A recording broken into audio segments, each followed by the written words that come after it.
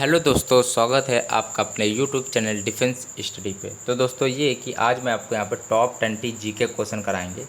ठीक है, top 20 GK question है जो आपके नेवी एमआर के लिए और एयरफोर्स वाई ग्रुप के लिए मोस्ट इंपॉर्टेंट रिपीटेड क्वेश्चन है। ठीक है भाई, बहुत इंपॉर्टेंट क्वेश्चन है, तो पूरा वीडियो ध्यान से देखिएगा। ठीक है, बिना टाइम गवाते हुए वीडियो स्टार्ट करते हैं। पहला क्वेश्चन, चलो भाई, पहला क्वेश्चन आपका दिया गया है। देखो, महाद्वीप और महासागर किस श्रेणी के उच्चावच हैं? तो कौन सी श्रेणी में आते हैं? महाद्वीप और महासागर आपके प्रथम श्रेणी के अंतर्गत आते हैं। अगला प्रश्न है 21 नंबर है, प्लेट विवर्तन की सिद्धांत का प्रतिपादन किसने किया था? ये नेवी एमआर के लिए बहुत इंपॉर्टेंट क्वेश्चन है। प्लेट विवर्तन की सिद्धांत का प्रतिपादन किसने किया था? तो हैरी हेस ने किया था। ठीक है, अगला प्रश्न है, देखो क्या लिखा है, संपूर्ण महासागरीय क्षेत्रफल के कितने प्रतिशत भाग पर महाद्वीप मग्न तट का विस्तार है? तो 7.5% पर। ठीक है, अगला प्रश्न है, देखो क्या लिखा है, विश्व के सबसे लंबे जलमग्न कैनियन कहाँ पाए जाते हैं? सबसे लंबे जो जलमग्न कैनियन होते हैं वो आपका बेरिंग सागर में पाए जाते हैं, पढ़ लेना। अगला प्रश्न है, बेसाल्ट के रूपांतरण के फलस्वरूप किस चट्टान का निर्माण होता है? एम्फीबोलाइट का निर्माण होता है। अगला प्रश्न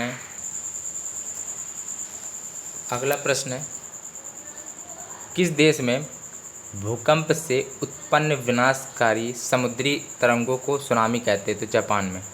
ठीक है, अगला प्रश्न है, भूकंप की उत्पत्ति से संबंधित प्रत्यास्थ पुनर्लेशन सिद्धांत का प्रतिपादन किसने किया? बताइए, रीड ने किया था। अगला प्रश्न है, एयरबस ज्वालामुखी कहाँ स्थित है? एयरबस ज्वालामुखी आपकी अंटार्कटिका महाद्वीप में स्थित है। ठीक है, अगला प्रश्न है, पृथ्वी की सतह के नीचे द्रवीभूत शैल क्या कहलाता है? पृथ्वी की सतह के नीचे तो आपका मैग्मा कहलाता है। ठीक है, देखिए इसमें आपको वो क्वेश्चन मैं करा रहा हूँ जो आपने बहुत ही आपको मतलब कि कठिन लगता है। जैसे कि आपको जैसे 8 नंबर की एयरफोर्स वाई ग्रुप में आएगी मैथ जी के आएगी, तो उसमें 5 क्वेश्चन तो आपको आते हैं, 3 नहीं आते हैं, वो ऐसे टाइप के आपको क्वेश्चन करा रहा है। ठीक है, अलग टाइप के क्वेश्चन और थोड़े इंपॉर्टेंट क्वेश्चन है जो आपको पढ़ते नहीं हैं, जो आप पढ़े नहीं होंगे, ऐसे क्वेश्चन आपको देखने को यहाँ मिलेंगे। इंपॉर्टेंट तो हैं और आपको देखने को मिलेंगे।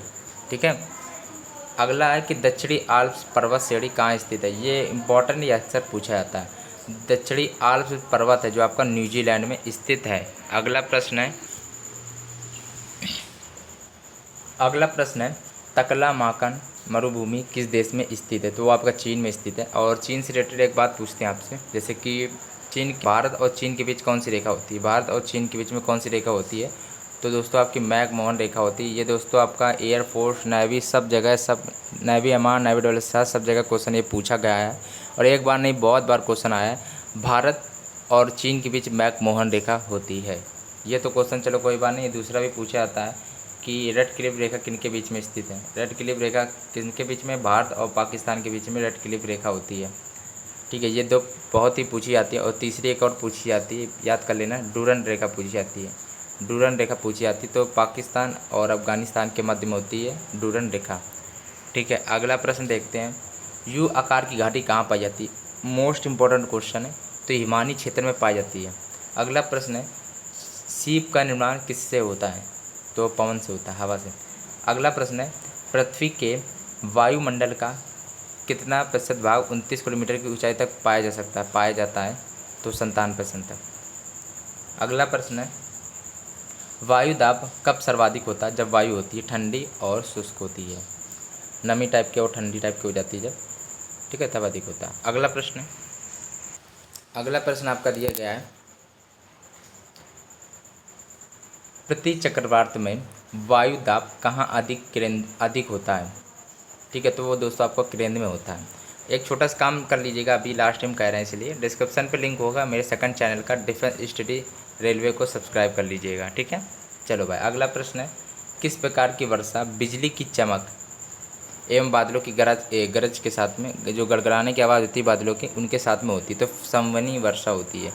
ठीक है, विक्टोरिया झील कहाँ स्थित है? मोस्ट इंपॉर्टेंट क्वेश्चन है, अवस्थित है या स्थित है? वो आपकी पूर्वी अफ्रीका में स्थित है। ठीक है, इंपॉर्टेंट था भाई। ये कि एक काम करना, प्लेलिस्ट जाकर एक बार प्लीज़ चेक कर लो, नई प्लेलिस्ट बनाइए।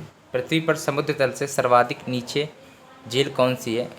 मृत सागर, जो आपने पढ़ी नहीं उसकी प्लेलिस्ट बनाई वो जाके देख लीजिएगा। एंजिल जलप्रपात किस नदी पर स्थित है? एंजिल जलप्रपात आपका ओरिनोको में स्थित है। इंपॉर्टेंट है, पढ़ लेना। किस नदी पे है?